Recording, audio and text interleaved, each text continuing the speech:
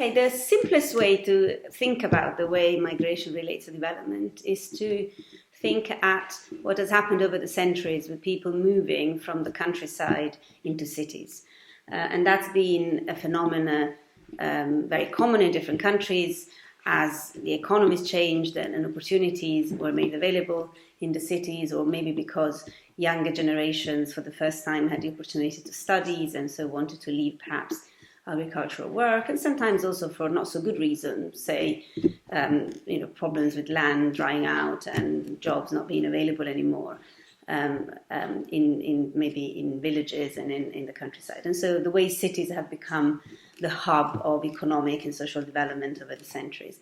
Now imagine the same kind of phenomena happening, with the main difference being that there is a border in between. So we're talking now about migration as people moving between countries, but is fundamentally the same phenomenon, people moving from one place to another, typically in search of opportunities for better employment, to go to better schools, to find opportunities for their children, or perhaps because relatives live, to be closer to relatives, for example. So these are all examples of aspects of the development process to which moving contributes to.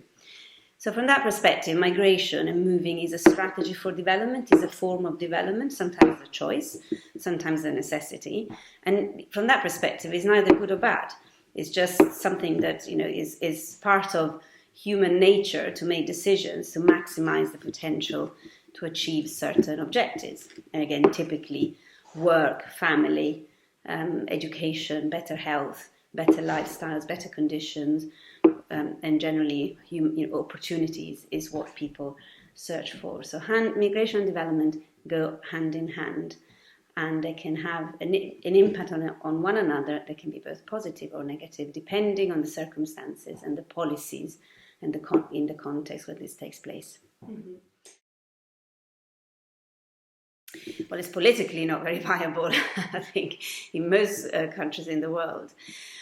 I think these questions about the idea of, that migration is either open borders for all or closing border for most people is just not a realistic way of looking at it. People have always moved and they'll continue to move. The fact that more people have the opportunity to do so, have money, have information, means of transportation are becoming much more accessible. That technologies means that people have access to information much quicker than they used to, means that we're going to see more people wanting to move, not necessarily for a long period, not forever, perhaps as a temporary choice. And so the way countries need to think about it is not as a matter of principle, as whether you let everybody in or you keep everyone out, but much more look at what are the needs of labour markets, what are the demographic trends, what are the profiles of different people that are interested in coming to the country, the different skills that are needed. I come from Italy, where there is a very clear need, for example, for migrant workers to contribute to social care, and particularly to the care of the elderly, as there is a very, a rapidly growing aging population. So it's a pragmatic issue, and it's a matter of policy choice. And every country, and for that matter, every city or different countries in a region, make decisions based on what makes sense for them and for the neighbouring countries. So this is a phenomenon that we're all still trying to understand, and I think has caught a number of people by surprise. And there are some common features of what's happened in a number of countries in Europe, but also beyond, obviously in the United States. And as we speak, there are riots in the streets in all sorts of, in all different countries of the world, from Lebanon to Chile.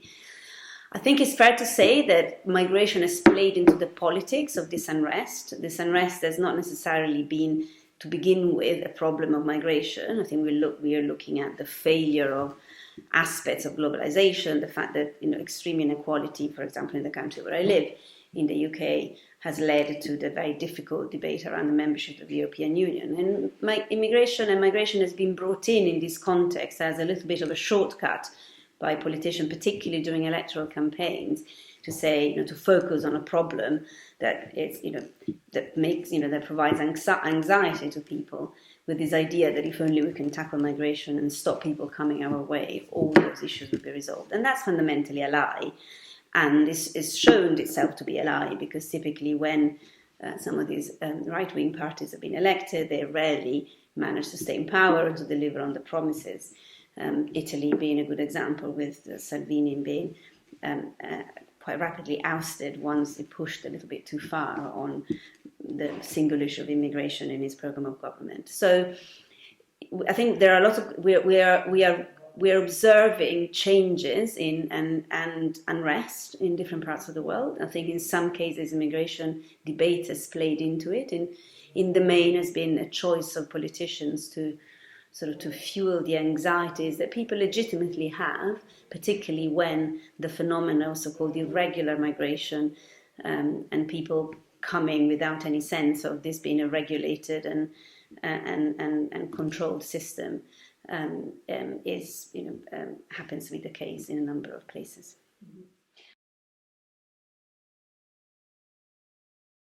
Well, the key is that the answer cannot be migration policies alone. It's interesting that in the political debate, we keep going back and forth about what to do about the borders.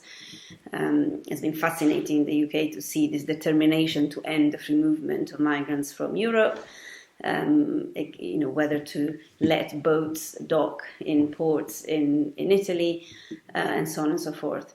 Well, whereas the solution to maximize unlocking the potential of human mobility to achieve income, education, health, and the costs that are associated with that are clearly related to a number of policy areas. It's a matter of labour policies with the changing nature of work and the fact that the future of work will look very different from what we're used to now, and labour markets need to adapt to it.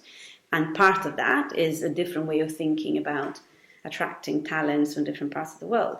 It's a matter of the sustainability of social services, particularly in countries where there is a growing proportion of population that is old, aging, that cost the system. So in that, the issue around migration is related to the contribution that migrant workers can make, but also the potential costs that they bring to the welfare state, particularly, say, when there are large refugees population that require protection and social care. So the key, in my mind, is to stop looking at those issues from a migration angle and pretending or assuming that the way to address these problems is to change migration policy, typically to restrict migration policies and to increase border control as the main answer, and focus much more on the real problems at hand that relate to work, the future of work and labour markets, sustainability of basic service, of social services and basic services, natural resources, climate change being a factor that contributes